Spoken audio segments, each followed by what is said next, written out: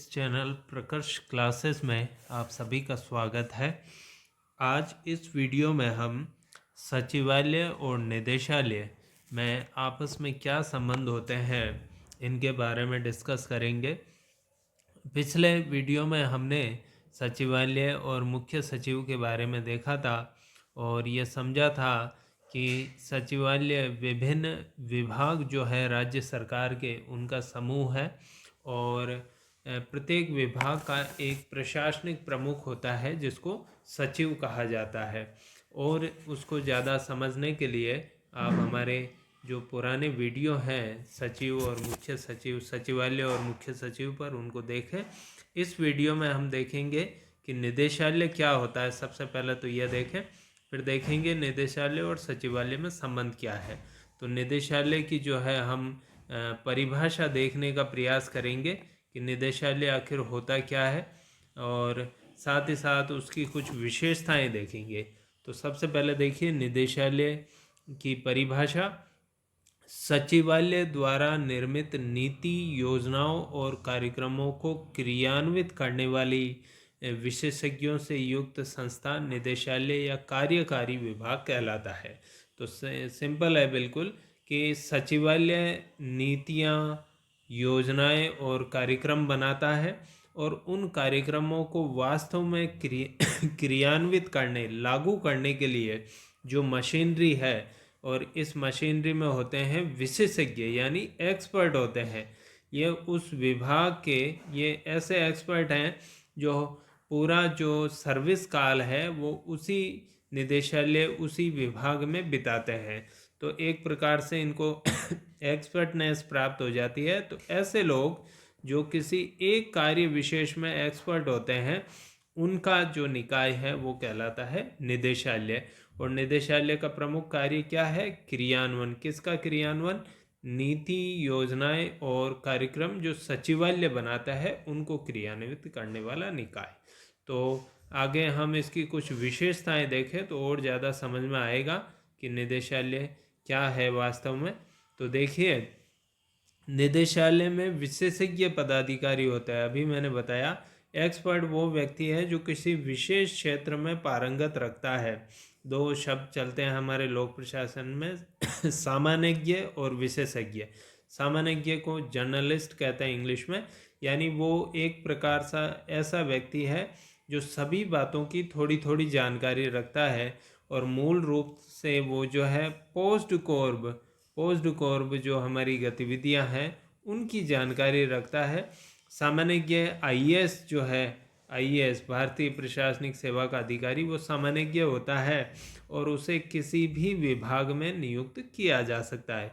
लेकिन दूसरे व्यक्ति होते हैं विशेषज्ञ जो एक विशेष क्षेत्र में पूरा ज्ञान रखते हैं। सामान्यज्ञ सभी क्षेत्रों का थोड़ा थोड़ा ज्ञान रखता है जबकि विशेषज्ञ एक विशेष क्षेत्र का पूरा ज्ञान रखते हैं। जैसे मान लीजिए इंजीनियर्स हमारे विशेषज्ञ हैं, डॉक्टर्स विशेषज्ञ हैं। तो इस प्रकार के अधिकारी इसमें निदेशालय में पदस्थापित होते हैं। और निदेशालय की खास बात है कि एक निदेशालय जिस किसी विभाग का निदेशालय है, जैसे मान लीजिए कृषि विभाग, तो कृषि विभाग का निदेशालय कृषि निदेशालय बनेगा। तो कृषि निदेशालय में जो पदाधिकारी होंगे वो सभी कृषि क्षेत्र के विशेषज्ञ होंगे और वो अपनी संपूर्ण जो सेवा है, जो संपूर्ण सेवा अवधि है 60 साल की, उसको कृषि क्षेत्र में ही, कृषि क्षेत्र के निदेशालय के अधीन ही पूरी करेंगे। इसलिए उनको एक्सपर्ट कहा गया है कि वो एक्सपर्ट होते हैं और अपनी पूरी सेवा इसी में देते हैं। आगे देखिए और कुछ विशेषताएं समझिए इसकी। निदेशालय का प्रमुख निदेशक या विभागाध्यक्ष कहलाता है। निदेशालय का जो हेड होता है, जबकि हमने देखा विभाग का हेड जो है सचिवालय में जो विभाग है उसका हेड सचिव कहलाता है। लेकिन यहाँ जो निदेशालय है, निदेशालय का जो हेड है वो निदेशक यानी डायरेक्टर कहलाता है, या उसे विभागाध्यक्ष भी कहते हैं, हेड ऑफ द डिपार्टमेंट भी कहते हैं, एचओडी भी कहते हैं। लेकिन ये सभी निदेशालयों में जो हेड होता है उसको निदेशक नहीं कहते हैं। हमारे जो ब्रिटिश परंपराएं ऐसी बनी है उसके प्रभाव के कारण हमने निदेशालयों के जो निदेशक होते हैं उनको अलग अलग नामों से पुकारते हैं। तो क्या क्या नाम है जो देखिए, कुछ कुछ निदेशालयों में आयुक्त कहते हैं, कुछ में मुख्य अभियंता कहते हैं, कुछ में महानिदेशक कहते हैं, कुछ में महानिरीक्षक कहते हैं उसको, कुछ में नियंत्रक कहते हैं। तो अलग अलग नाम है, अलग अलग नामों से निदेशक को पुकारते हैं, लेकिन मूल काम उसका यही है कि वो विभाग या सचिवालय द्वारा जो नीतियां निर्मित की गई है उनको वो क्रियान्वित करता है। तो इस प्रकार से वो एक्सपर्ट होता है। नाम भले ही कुछ भी हो, विभागों में तो हम देखेंगे कि केवल नाम एक ही चलता है, सचिव, लेकिन यहाँ निदेशालय में अलग अलग नाम है, पर है वो निदेशक। निदेशालय का मुख्यालय कहाँ होता है? निदेशालय का मुख्यालय राज्य की राजधानी में हो सकता है या किसी प्रमुख शहर में हो सकता है। अभी हम कुछ उदाहरण देखेंगे राजस्थान के कि उनका मुख्यालय कहाँ है। अलग अलग शहरों में मुख्यालय हो सकता है। जैसे मैं कहूँ स्कूली शिक्षा का निदेशालय, तो उसका निदेशालय जो है बीकानेर में है, जयपुर में नहीं है। जबकि हमने देखा सचिवालय जो है वो केवल राज्य की राजधानी में होता है। तो ये अंतर आया। इसके बाद आगे देखिए, अधिकतर निदेशालयों के क्षेत्रीय कार्यालय और जिला कार्यालय भी होते हैं। निदेशालय विभाग केवल एक ही होता है और वो राजधानी में अवस्थित होता है, लेकिन निदेशालय के अंडर में उसके रीजनल ऑफिस होते हैं, क्षेत्रीय कार्यालय होते हैं, और साथ ही साथ उसके डिस्ट्रिक्ट ऑफिस होते हैं, जिला कार्यालय भी होते हैं जो प्रत्येक जिले में होते हैं। जैसे आप देखेंगे आपके ज़िले में सभी जो विभाग हैं उनके कार्यालय आपको मिलेंगे। कृषि का मिलेगा, जिला शिक्षा अधिकारी शिक्षा का आपको मिलेगा। तो अनेक जो राज्य सरकार के निदेशालय उन सभी के कार्यालय आपको समाज कल्याण विभाग का मिलेगा कार्यालय। तो जिला स्तर पर भी होते हैं और क्षेत्रीय स्तर यानी संभाग स्तर पर भी इसके कार्यालय होते हैं। आगे देखिए, जहाँ कौन होते हैं अधिकारी? जहाँ होते हैं संयुक्त निदेशक, जॉइंट डायरेक्टर हो सकते हैं, उप निदेशक हो सकते हैं, डिप्टी डायरेक्टर्स हो सकते हैं, एडिशनल डायरेक्टर सहायक निदेशक हो सकते हैं, और जिला अधिकारी जैसे जिला शिक्षा अधिकारी, शिक्षा विभाग या शिक्षा निदेशालय का कार्यालय।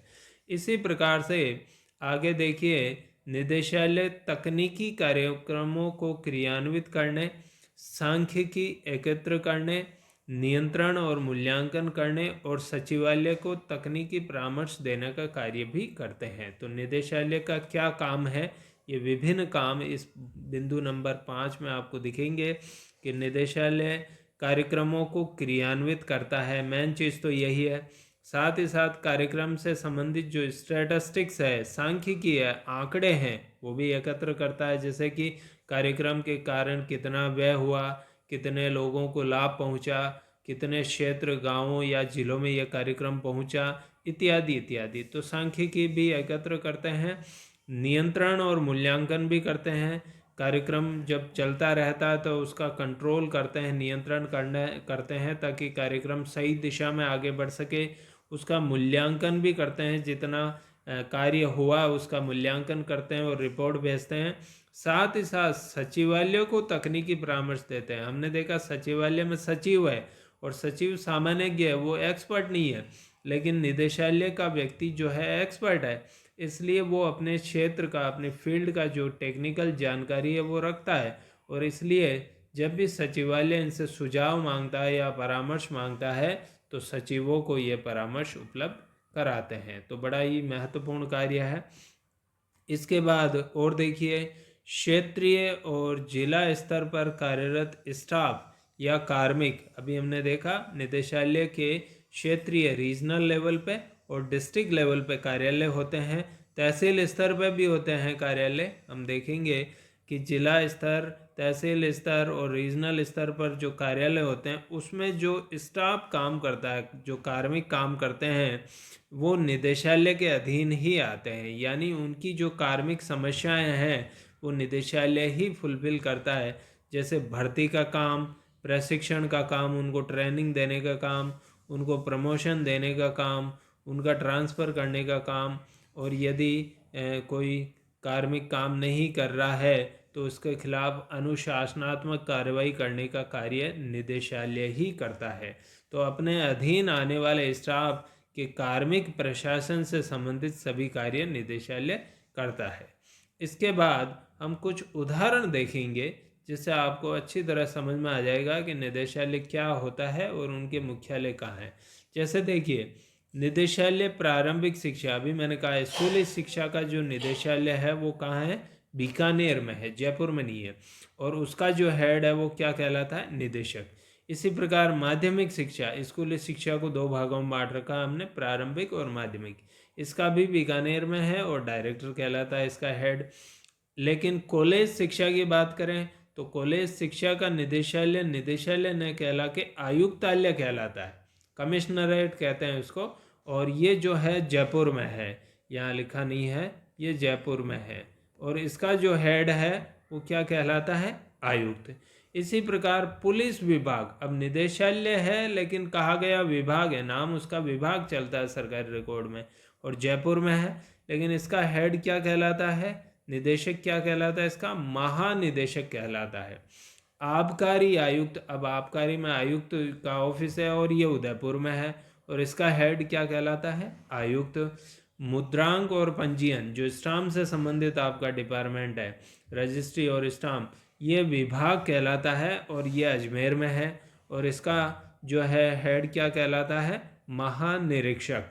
सहकारिता विभाग, ये भी निदेशालय है लेकिन लगाया विभाग है, जयपुर में है और इसका जो निदेशक है वो क्या कहलाता है, पंजीयक। वन विभाग, ये भी निदेशालय है, जयपुर में है, लेकिन इसका हेड कहलाता है मुख्य निरीक्षक।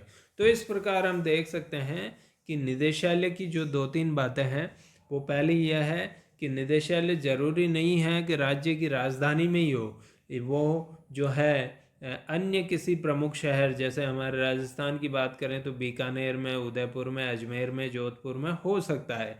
इसके अलावा जो निदेशक है उसको हमेशा निदेशक नहीं कहते हैं, कई जगह आयुक्त कहते हैं, कई जगह महानिदेशक कहते हैं, पंजीयक कहते हैं, मुख्य निरीक्षक, तो उसके भी अलग अलग नाम है।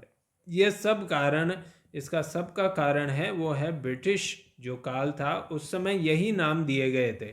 तो हमने अभी भी इन्हीं नामों को कैरी ऑन किया है। आगे देखिए, एक आठवीं विशेषता इसकी देखिए, प्रत्येक निदेशालय का सचिवालय में एक नियंत्रक विभाग होता है। हमने ये इस तरह रहेगा, आप देखिए इसको, ये विभाग होगा, विभाग में सचिव बैठेगा, पद सोपान आप समझे, और उसके नीचे निदेशालय होगा और निदेशालय में निदेशक बैठेगा। उसके नीचे क्षेत्रीय कार्यालय होंगे, फिर जिला कार्यालय होंगे और तहसील कार्यालय होंगे। तो इस प्रकार से विभाग में मंत्री और सचिव बैठता है, जो हम समझ चुके हैं सचिवालय का जो हमने चैप्टर देखा था राजस्थान सरकार के सचिवालय का, तो उसमें हम समझ चुके हैं कि विभाग में मंत्री राजनीतिक प्रमुख होता है और सचिव उसका प्रशासनिक प्रमुख होता है। जबकि निदेशालय जो है उस विभाग द्वारा बनाई गई नीति, कार्यक्रम और योजना को क्रियान्वित करता है और उसमें एक्सपर्ट होते हैं और उसका हेड डायरेक्टर कहलाता है। आगे देखिए कि प्रत्येक इस 8वें पॉइंट को एक बार पुनः देखें। प्रत्येक निदेशालय का सचिवालय में एक नियंत्रक विभाग होता है जहां से मंत्री और सचिव निदेशालय को निर्देश जारी करते हैं। यह आवश्यक नहीं कि सचिवालय और निदेशालय का नाम एक ही हो, ये कोई ज़रूरी नहीं है, नाम में भी अंतर आ सकता है। तो हम देख ही चुके हैं, कहीं पे आयुक्तालय लगाया है, कहीं निदेशालय लगाया है, कहीं जो है विभाग लगाया है, तो नामों में भी अंतर हो सकता है, पर होता वो उसका कंट्रोलिंग डिपार्टमेंट ही है। अब निदेशालय का महत्व या आवश्यकता क्या है, क्यों जरूरी है निदेशालय? जिस प्रकार मंत्रिमंडल को परामर्श देने के लिए सचिवालय है, उसी प्रकार सचिवालय को परामर्श देने के लिए निदेशालय होता है। तो एक तो यह महत्वपूर्ण चीज़ है कि निदेशालय क्यों है, कि सचिवालय को भी तो परामर्श चाहिए। सचिवालय में सामान्य के अधिकारी हैं, वो ज़्यादा जानते नहीं हैं, वो थोड़ा थोड़ा हर चीज़ों को जानते हैं पर किसी भी चीज़ को पूरा नहीं जानते हैं। तो इसलिए वो व्यक्ति चाहिए जो एक चीज़ ही जाने पर पूरी जाने, इसलिए ये व्यक्ति चाहिए। सचिवालय के सामान्यज्ञों को तकनीकी ज्ञान नहीं होता है, जबकि सरकार की अनेक सेवाएं तकनीकी प्रकृति की होती है जिनको विशेषज्ञ ही पूरा कर सकते हैं। तो एक तो कारण ये हुआ, बार बार वही बात आ रही है कि सचिवालय के जो सचिव है वो जर्नलिस्ट होते हैं, थोड़ा थोड़ा सब जानते हैं पर पूरा कुछ भी नहीं जानते, जबकि हमें पूरा जानने वाले व्यक्ति चाहिए जो उसको क्रियान्वित कर सके, इसलिए निदेशालय के एक्सपर्ट होते हैं।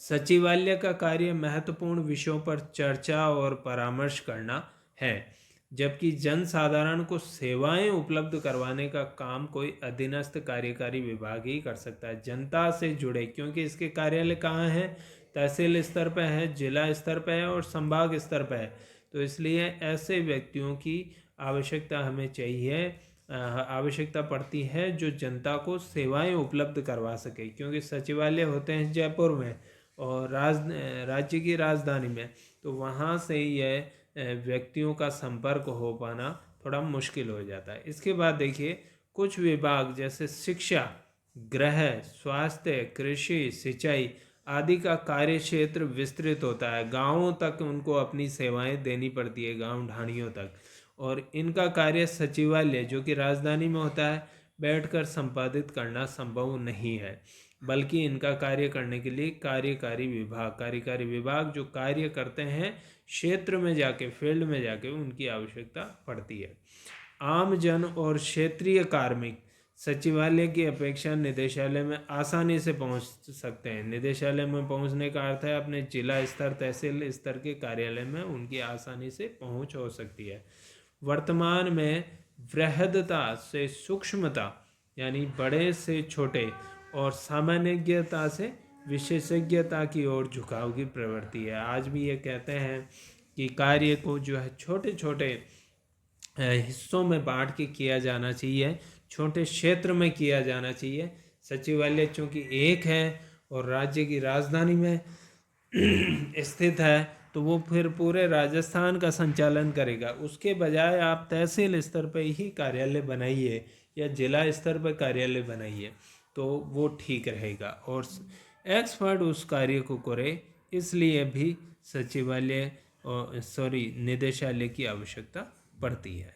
तो इस प्रकार से निदेशालय क्यों आवश्यक है, इसके विभिन्न कारण हमने इस खंड में देखे।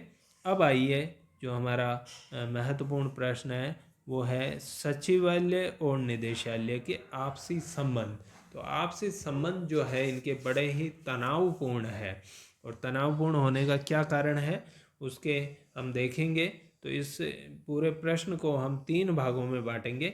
सामान्यज्ञ विशेषज्ञ का जो विवाद है, सामान्यज्ञ यानी वह व्यक्ति जो थोड़ी थोड़ी बातों की जानकारी रखता है पर सभी क्षेत्रों की जानकारी रखता है, जैसे भारतीय प्रशासनिक सेवा का अधिकारी IAS या राजस्थान प्रशासनिक सेवा का अधिकारी RS, ये जो है सामान्यज्ञ व्यक्ति है।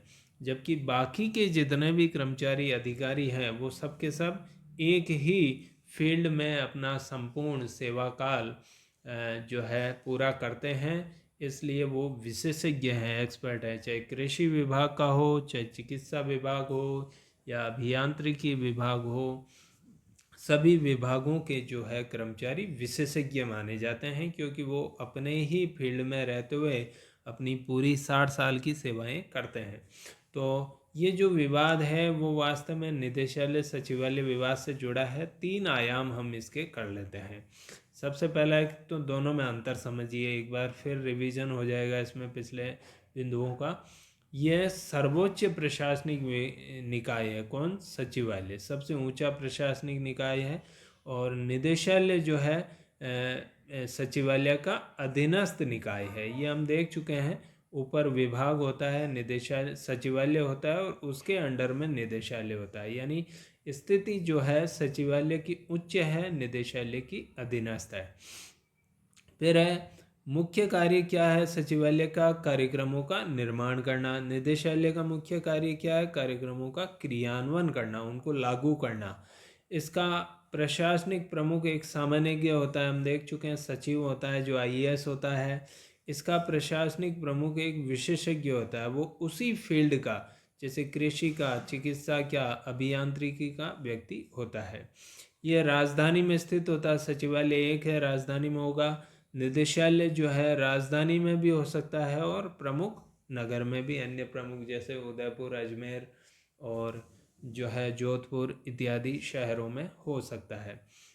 सचिवालय का मंत्री से निकट संपर्क होता है, क्योंकि प्रशासनिक प्रमुख और राजनीतिक प्रमुख एक ही जगह बैठते हैं, जबकि ये जो है इसका मंत्री से संपर्क अप्रत्यक्ष होता है। ये इस प्रकार रहेगा, देखिए, मंत्री सबसे ऊपर, फिर सचिव उसके नीचे, और फिर निदेशक तीसरे नंबर पे निदेशक। तो इसलिए बीच में सचिव होने से इनका जो है संपर्क डायरेक्ट न होके इनडायरेक्ट होता है।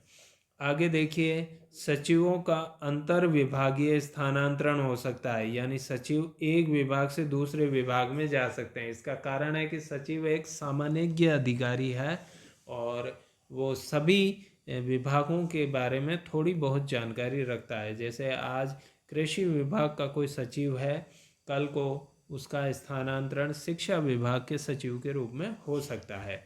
लेकिन निदेशालय के जो अधिकारी कर्मचारी है वो हमेशा पूरा जो सर्विस काल है वो उसी ही विभाग में बिताते हैं। एक विभाग मंत्री और निदेशालय के बीच की कड़ी है, ये हम देख चुके हैं। मंत्री, और ये इसमें देख सकते हैं मंत्री सबसे ऊपर और बीच में विभाग और फिर निदेशालय। और जबकि एक निदेशालय क्या है, निदेशालय जो है अपने विभाग या सचिव जिसे कहें, अपने प्रशासनिक विभाग और जो उनका अधीनस्थ कार्यालय है, जो क्षेत्रीय कार्यालय हैं या जिला कार्यालय हैं, उनके बीच की कड़ी है। तो इसके नीचे और आगे आपके क्षेत्रीय कार्यालय और फिर आगे जिला कार्यालय। तो इस प्रकार से ये इन दोनों में महत्वपूर्ण अंतर है। सबसे बड़ा जो अंतर है वो यही है कि सचिवालय सामान्यज्ञ के अधीन कार्य करता है, नीतियाँ, कार्यक्रम और योजनाएं बनाता है, और निदेशालय जो है विशेषज्ञों के अधीन काम करता है और इन योजनाओं, नीतियों, कार्यक्रमों को लागू करता है। इसके बाद हम देखते हैं सचिवालय और निदेशालय के आपसी संबंध। तो इसमें हम देखेंगे कुछ तर्क है जो सचिवालय के पक्ष में है और कुछ तर्क है जो निदेशालय के पक्ष में है। तो सबसे पहले सचिवालय के तर्क देखते हैं। सचिवालय कहता है कि निदेशालय द्वारा जो प्रस्ताव भेजे जाते हैं वो अपूर्ण होते हैं और अव्यावहारिक होते हैं, यानी जो कार्यक्रम, नीतियाँ इत्यादि बनानी है उसके प्रपोजल सचिवालय भेजता है, क्योंकि सचिवालय में एक्सपर्ट बैठते हैं और वही तैयार करते हैं प्रपोजल, पर उनको वास्तव में उन प्रपोजल को फाइनल कार्यक्रम, नीति और योजना का जो रूप देता है वो सचिवालय देता है। तो सचिवालय ये शिकायत करता है कि ये नीचे से जो प्रस्ताव प्राप्त होते हैं ये अपूर्ण और इम्प्रैक्टिकल यानी अव्यावहारिक होते हैं। उसके बाद फिर सचिवालय देखिए क्या कह रहा है अपनी बातें, कि कभी कभी निदेशालय जो है प्रत्यायोजित शक्तियों को भी काम में नहीं ले पाते हैं, तो अधिक शक्तियों का क्या करेंगे, ये भी एक शिकायत है। निदेशालय शिकायत करता है कि हमें जो शक्तियां प्राप्त हैं वो काफ़ी कम है, और सचिवालय में जहां आईएएस और आरएएस बैठते हैं उनको अधिक शक्तियां प्राप्त है। तो इसी वजह से सचिवालय ये तर्क दे रहा है कि उनको जितनी शक्तियां प्राप्त हैं निदेशालयों को, उसका ही उपयोग वो पूरा नहीं कर पा रहे हैं, तो फिर ज़्यादा शक्तियों का क्या करेंगे। इसके अलावा कुछ और बिंदु देखिए सचिवालय की तरफ से। कभी कभी वह साधारण मामले भी सचिवालय को निर्णयन हेतु भेज देते हैं। ये भी है कि ऐसे मामले जिन पर निर्णय वो ही कर सकते हैं आराम से, लेकिन वो क्या है, डरते हैं, डरपोक प्रवृत्ति आ जाती है उनमें, और इसलिए वो खुद डिसीजन करने के बजाय रेफर कर देते हैं सचिवालय को, जो कि नहीं होना चाहिए। फिर कहते हैं विशेषज्ञ होने से उनकी मानसिकता संकीर्ण हो जाती है। तो ये सब बातें सचिवालय कह रहा है निदेशालय के लिए, कि वहाँ एक्सपर्ट बैठते हैं और एक्सपर्ट क्या है कि एक ही चीज़ का ध्यान रखते हैं, केवल अपने विभाग का ही। वो सब जो जितने भी राज्य की सरकार है उसके सभी विभागों को ध्यान में रखते हुए काम नहीं करते हैं, तो ये संकीर्ण मानसिकता आ जाती है। फिर एक और है, निदेशालय में प्राय प्रशासनिक अकुशलता पाई जाती है, अतः सचिवालय का नियंत्रण जरूरी है। ये कह रहा है कि उनमें पोस्ट गौरव संबंधी जो कार्य हैं, जो प्रशासन से संबंधित हैं, उनको लेकर अकुशलता पाई जाती है, इसलिए उन पे सचिवालय का कंट्रोल होना जरूरी है। फिर आखिरी छठा पॉइंट देखिए, सचिवालय अधिकारियों में किसी पद या सेवा या विभाग के प्रति स्वार्थ नहीं होने से निष्पक्षता से वो काम करते हैं। तो यही बात आई है कि जहाँ निदेशालय के कर्मचारी और अधिकारी हैं अपने विभाग से चिपके रहते हैं, उनको अपने ही विभाग की पड़ी रहती है, जबकि सचिवालय के अधिकारियों कर्मचारियों को कोई लोभ लालच नहीं होता है, वो किसी भी विभाग में सचिव जा सकते हैं, इसलिए उनका किसी विभाग से अटैचमेंट नहीं होता है, तो वो ज़्यादा निष्पक्ष हो पाते हैं। अब ज़रा देखते हैं कि निदेशालय क्या तर्क देता है अपने बारे में। तो देखिए, निदेशालय कह रहा है, पहला, सचिवालय ने महत्वपूर्ण शक्तियां केंद्रित कर ली है, अतः उसका व्यवहार निरंकुश हो गया है। तो पहला तो यह है कि हमारे पास शक्तियां काफ़ी कम है, सचिवालय के पास ज़्यादा शक्तियां, और वो तानाशाह के रूप में काम करते हैं। फिर देखिए अगला कहता है, सचिवालय कार्यकारी विभागों से काम अधिक करवाता है। ये कह रहे हैं कि सचिवालय खुद कम काम करते हैं और हमसे ज़्यादा काम करवाते हैं। फिर आगे देखिए निदेशालय क्या कह रहा है, निदेशालय के सुझावों को सचिवालय महत्व नहीं देता। कई महत्वपूर्ण मामलों पर हम सुझाव देते हैं कि इस प्रकार योजना बनाइए, इस प्रकार कार्यक्रम बनाइए, लेकिन वो उनको कचरे के डिब्बे में डाल देता है, ज़्यादा हमारे सुझावों को महत्व नहीं देता है। फिर उसके बाद देखिए, निदेशालय के पास पर्याप्त शक्तियां नहीं है। ये पहले भी आ चुका है कि निदेशालय कह रहा है कि जो शक्तियां हैं वो तो सारी केंद्रीकृत कर ली है, सचिवालय ने हमें शक्तियां नहीं दी है। जबकि इसके विरोध में सचिवालय क्या कहता है कि इनको जो शक्तियां दी हैं उनका भी वो उपयोग नहीं कर पाते हैं, तो ज़्यादा शक्तियों का क्या करेंगे।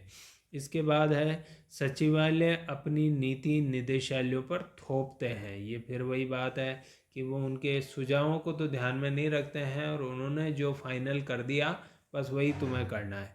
सचिवालय निर्णयन में देरी करते हैं। ये भी है कि कई बार हम भेजते हैं मामले को कि इस पर डिसीजन कीजिए तुरंत, तो सचिवालय डिसीजन नहीं करता है, बहुत लेट लतीफ़ी करता है।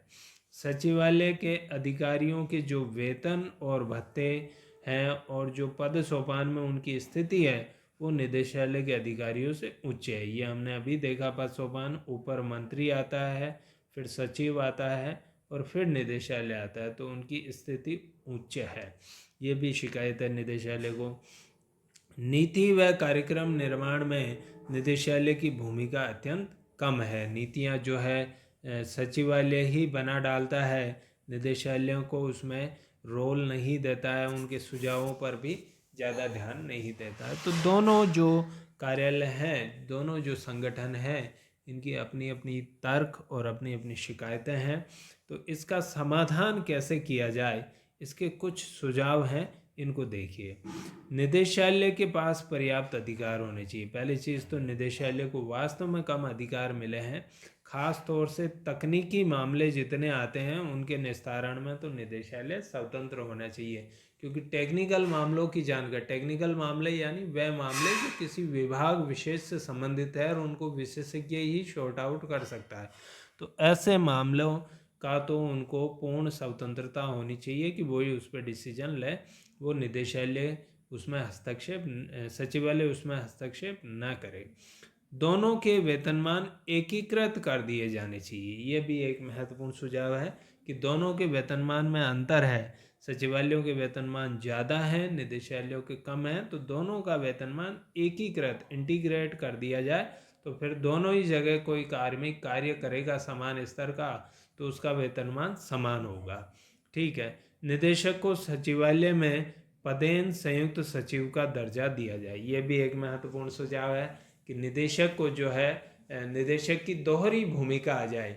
दोहरी भूमिका इस तरह से कि वो निदेशक तो है ही है, साथ ही साथ सचिवालय में जो है उसका दर्जा क्या हो, संयुक्त सचिव का दर्जा हो, यानी जो संयुक्त सचिव है सचिवालय में उसके बराबर उसका रैंक हो जाए।